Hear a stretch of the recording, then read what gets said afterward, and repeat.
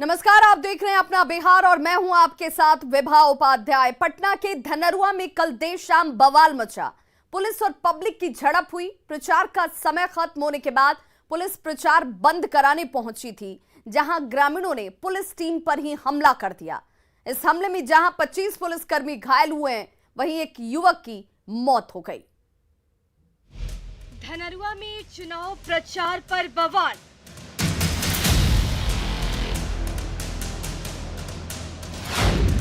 बवाल रोकने गई पुलिस पर हमला।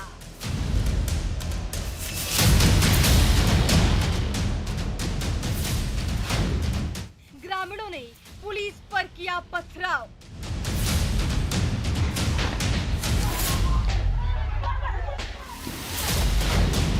पत्थरबाजी में दर्जनों पुलिस वाले घायल।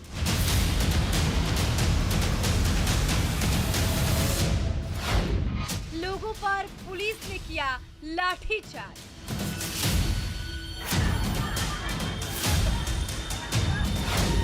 फायरिंग से थर्राया पूरा इलाका।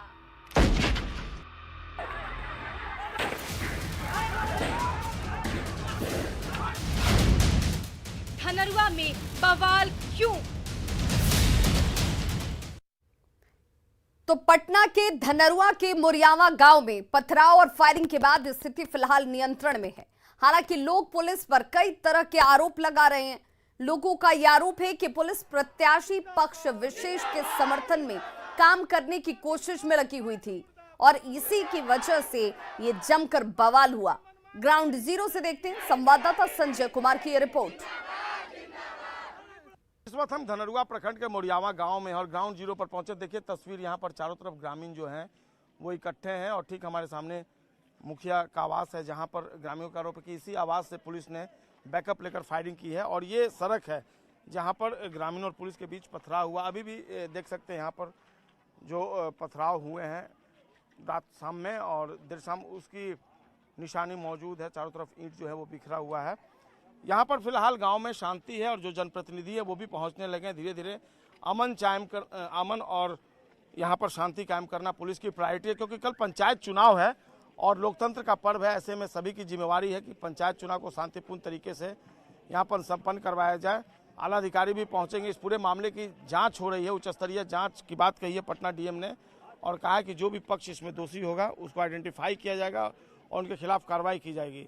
ग्रामीणों में आक्रोश है पुलिस के रवैये को लेकर और सबसे बड़ी बात है कि ग्रामीण लगातार ये कह रहे हैं कि एक उम्मीदवार के पक्ष में वोट देने के लिए दबाव बनाया जा रहा था पिछले कुछ दिनों से और जो मौजूदा थानेदार हैं उनके खिलाफ कई गंभीर आरोप लगाए हैं यहाँ के ग्रामीणों ने। यही सब लेकर डायरेक्ट वहाँ गया अथी करने, तो इन्हें से रोडबाजी थोड़ा कर दिया गया कि नहीं करेंगे तो घर तोड़ के हिल जाता। एगो था घटना के बाद से डर भी लग रहा है आपको? हाँ, डर तो है सर। डर अभी तगड़ा है सर। किस बात का डर लग रहा है? कि कखने प्रशासन आके तबाही करेगा। पुलिस आकर के दमन करे जकर पाव अपना मारे लगे है। पहले भी ऐसा किया है लोग? 3 दिन से चल रहे सर। इसके पहले?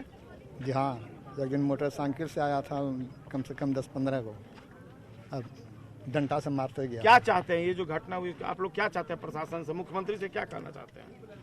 हम लोग को शोषण कर रहा था, इसको मैंने प्रभाव पड़ना चाहिए ना कि हम लोग गांव में रहेंगे कि गांव से होकर भाग जाएंगे। तो उपद्रव किया गया है सर पुलिस के द्वारा। हाँ सर, दम साफ दिख रहा है, जनता से पूछना पूरा है। इतना आखिर क्यों है लोग, क्यों है भय? इस बात का है सर कि भय इस बात का है कि लोग निहत्थे पे गोली मार रहे हैं। मेरा भाई आगे था, मुसहरी से थोड़ा सा आगे था, फोन से बात कर रहा था किसी से, तो 2 पुलिस वाले उसको पकड़ के पीट रहे थे। उसको बचाने के लिए कुछ जनता गई वहाँ पे, 1-2 लोग, एक लेडीज भी गई, उनको भी पुलिस मारी और मारते हुए फिर अगर मेरे भाई को पीटना शुरू किया तो कुछ जनता लोग इधर से रोडाबाजी उसको बचाने के चक्कर में किए गए। उस दरमियान पुलिस सब भाग गई। मेरे पति को मेरे बेटा के मारने के लिए आया था, बीच में पकड़ा। दोनों नहीं थे, नहीं पति थे नहीं बेटा था, कोई नहीं था। क्या चाहती हैं आप लोग? हम लोग चाहते हैं कि हंगामा नहीं हो, अच्छा से वोट पड़े। हाँ, जाँच हो, अच्छा से जाँच हो, झूठ नहीं हो, सच हो। जो सच है वही सामने। हाँ, जो सच हो जो सामने आए। ग्रामीणों का आरोप है कि पुलिस जो है बेबुनियाद आरोप और खुद को बचाने के लिए इस तरह का आरोप लगा रही है कि ग्रामीणों ने पुलिस पर फायरिंग की थी और तब काउंटर फायरिंग की गई। कैमरा पर्सन मनीष चुनेजा के साथ संजय कुमार, न्यूज़ 18, धनरुआ। तो इस धनरुआ कांड के बाद अब सियासत तेज हो गई है। विपक्ष के नेता ग्रामीण की मौत पर सवाल उठा रहे हैं। वहीं एनडीए के नेताओं का कहना है कि दोषी जो भी हों उन्हें कड़ी से कड़ी सजा मिलेगी।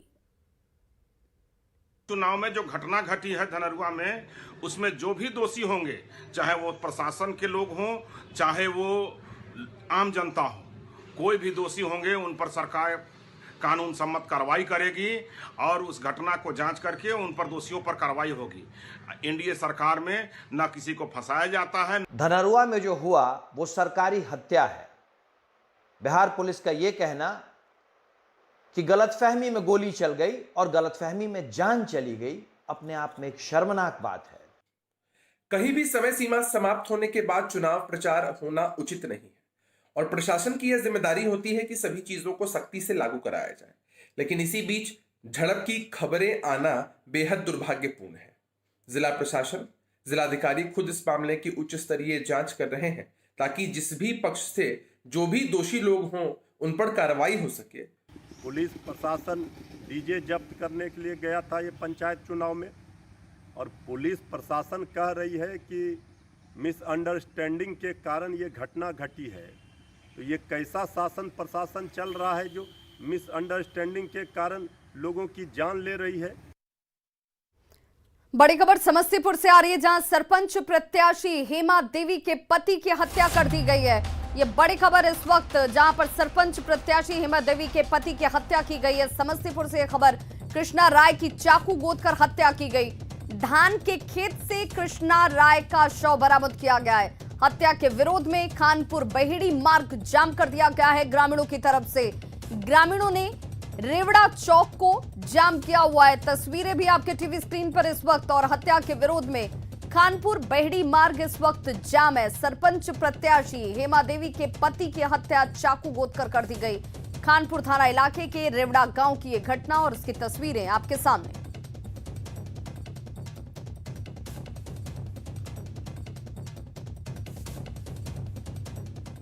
वहीं बगहा से बड़ी खबर आ रही है, जहां पर महिला की हत्या के बाद जमकर हंगामा किया गया है। बगहा से यह खबर, जहां पर महिला की हत्या के बाद हंगामा हुआ है। खेत में महिला के शव को बरामद किया गया। रामनगर के छवगहिया गांव की एक घटना बताई जा रही है और नाराज लोगों ने चक्का जाम कर दिया है और जांच के बाद कार्रवाई का भरोसा दिया गया है।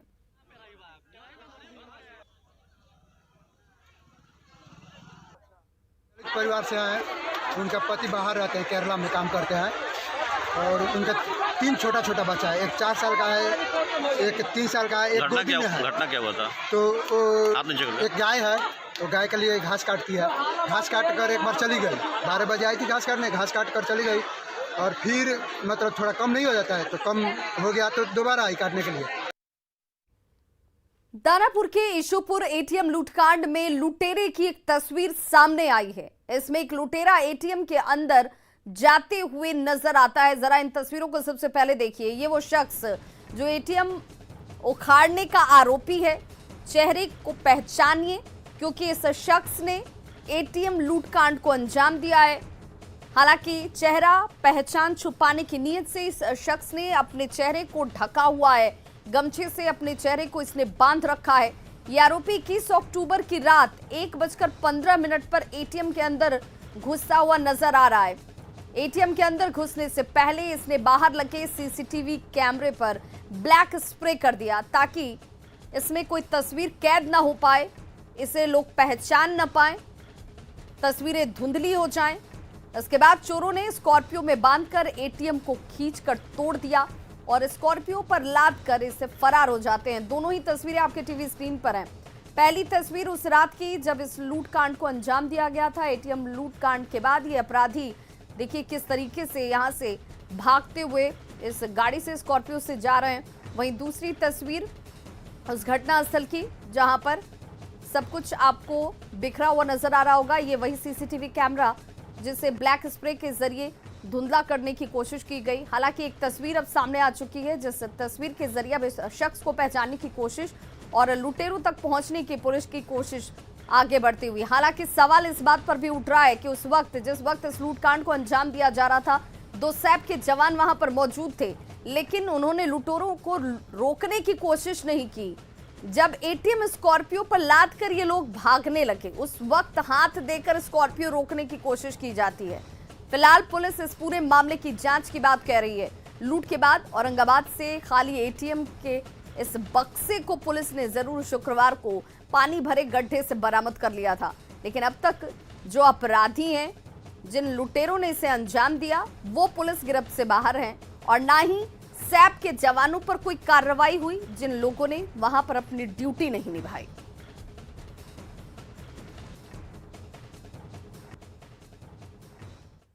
और अब बात उस तारीख की जिस पर सबकी निगाहें टिकी हैं। जी हां, 2 का दंगल जिसे आप देख रहे हैं अपने टीवी स्क्रीन पर, 30 अक्टूबर की वो तारीख करीब है और इस दिन बिहार की 2 सीटों पर मतदान है। उससे पहले ही सियासी दलों के बीच संग्राम जारी है।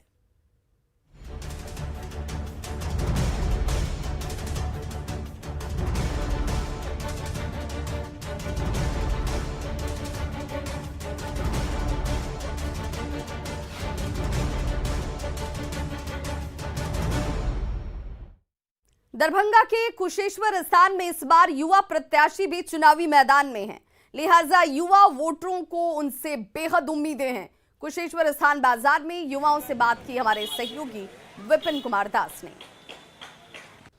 हम अभी कुशेश्वर विधानसभा क्षेत्र में हैं और कुशेश्वर विधानसभा क्षेत्र कहे तो ये कहा जाता है कि यहाँ 6 महीना तक जो है बाढ़ का पानी रहता है और सबसे ज़्यादा यहाँ जो रोजगार की समस्या होती है, यहाँ के युवा जो है शिक्षा और रोजगार के लिए यहाँ से पलायन करना पड़ता है, उन्हें बाहर जाना पड़ता है, या तो जिला या राज्य या दिल्ली तक उन्हें पढ़ने के लिए जाना पड़ता है। तो ऐसे में जब इस बार जो युवा चेहरा हैं, उम्मीदवार हैं, प्रत्याशी हैं, तो युवाओं के बीच क्या चर्चा है ये जानने के लिए हम अभी कुशेश्वर स्थान में हैं। शिक्षा की व्यवस्था की जा रही है। माननीय मुख्यमंत्री श्री नीतीश कुमार के द्वारा बहुत सारे कॉलेज, इंजीनियरिंग और मेडिकल कॉलेज खोले गए हैं और गांव में हाई स्कूल बहुत सारे खुले हैं। पहले 9 तक पढ़ाया जाता, अभी 10+2 कर दिया गया है।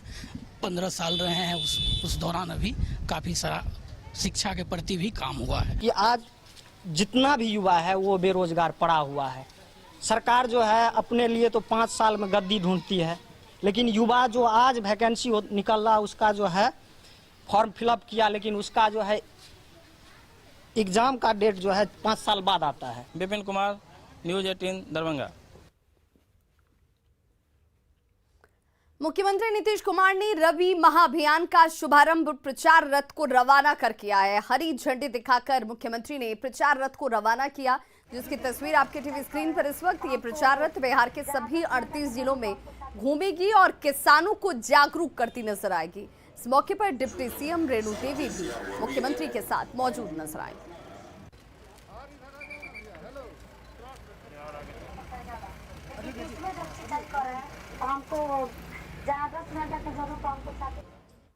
महागठबंधन के बिखराव पर मुख्यमंत्री नीतीश कुमार ने अपनी चुप्पी तोड़ी है। सीएम नीतीश कुमार ने कहा कि उन्हें जो करना है वो अपना काम करें, हम लोगों को उससे कोई मतलब नहीं है।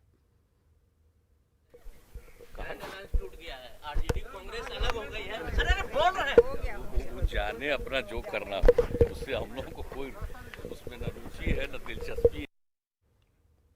मुख्यमंत्री नीतीश कुमार ने उत्तराखंड त्रासदी में मारे गए 10 बिहार के निवासियों के परिजनों के लिए मुख्यमंत्री राहत कोष से 2 लाख रुपए देने का ऐलान किया है। सीएम नीतीश ने कहा कि टीम लगी हुई है और वहां पर फंसे हुए सभी लोगों का रेस्क्यू किया जा रहा है। एक हम लोगों के लिए बहुत दुख की बात है कि जो भी उत्तराखंड में जो इधर जो घटना हो गई, जितना ज़्यादा वर्षापात हो गया और उसके चलते इतने लोगों का डेथ हुआ है, और हम लोगों के बिहार का पहले दिन 3 दिन पहले पता चला 3 लोगों का और बाद में 7 और लोगों का पता चल गया। अब इसके आगे और जो कुछ भी उसके बारे में पूरी जानकारी लगातार वहाँ से हम लोगों के लोग, अधिकारीगण, सब रेजिडेंट कमिश्नर भी लगातार निरंतर संपर्क में और वहाँ से लोगों को लाने की कोशिश। तो 3 तो पहले आ गया और फिर आज भी उम्मीद है कि 7 का आज ब्रेक के बाद एक बार फिर से आप सभी का बहुत स्वागत है। बड़ी खबर कटिहार से आ रही है, जहां पर नदी में डूबने से 2 लड़कियों की मौत हो गई है। गंगा नदी में नहाने के दौरान यह हादसा हुआ है। बरारी थाना क्षेत्र के बकिया सुखार में हादसे की वजह से 2 लड़कियों की मौत हुई है। मृत दोनों लड़कियां चचेरी बहनें रिश्ते में बताई जा रही हैं। इन दोनों की मौत हुई है। बरारी थाना क्षेत्र के बकिया सुखार में यह हादसा हुआ है। तो नहाने के दौरान दोनों लड़कियों की डूबने की वजह से जान चली गई है। सुब्रत गुहा हमारे साथ इस वक्त ज्यादा जानकारी के साथ फोन लाइन पर जुड़ गए हैं। सुब्रत, क्या जानकारी, क्या अपडेशन इस पूरे घटना को लेकर के? देखिए, रिश्ते में दोनों चचेरी बहन हैं और 9 साल के छोटी जब डूब रही थी तो 12 साल के उसी के चचेरी बहन सुजाता उसे बचाने गया था और दोनों डूब गए। कुछ देर बाद ग्रामीणों के मदद से दोनों का शव बरामद कर लिया गया है। पूरे जो इलाका है उसमें मातम पसरा हुआ है। अब जो ग्रामीण है उनके मदद से शव बरामद के बाद पुलिस उसके पोस्टमार्टम का जो भी प्रोसेस है उस पर जुटी है। कुल मिलाकर ये जो नहाने के क्रम में हादसा हुआ है, ये बात फिलहाल बताया जा रहा है। चलिए, बहुत बहुत शुक्रिया सुब्रत गुहा इस तमाम जानकारी के लिए। अररिया के जोगबनी से सटे नेपाल के विराटनगर में कैसलिया नदी के भीषण तबाही से लोग परेशान हैं। देखिए किस तरीके से नेपाल के आर्म्ड पुलिस फोर्स के जवान लोगों को सुरक्षित स्थानों पर पहुंचा रहे हैं। नेपाल पुलिस और स्थानीय लोगों से मदद के सहारे इन लोगों को राहत कैंप तक लाया जा रहा है। पीड़ितों को मदद पहुंचाई जा रही है। नेपाल में तबाही का मंजर तो दिख रहा है, लेकिन बिहार में अभी स्थिति सामान्य है।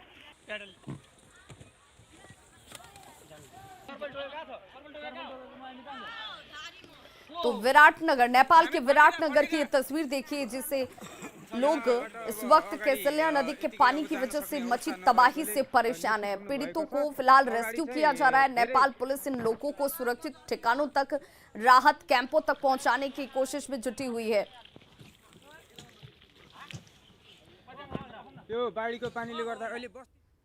तो खबरों का सिलसिला लगातार जारी है।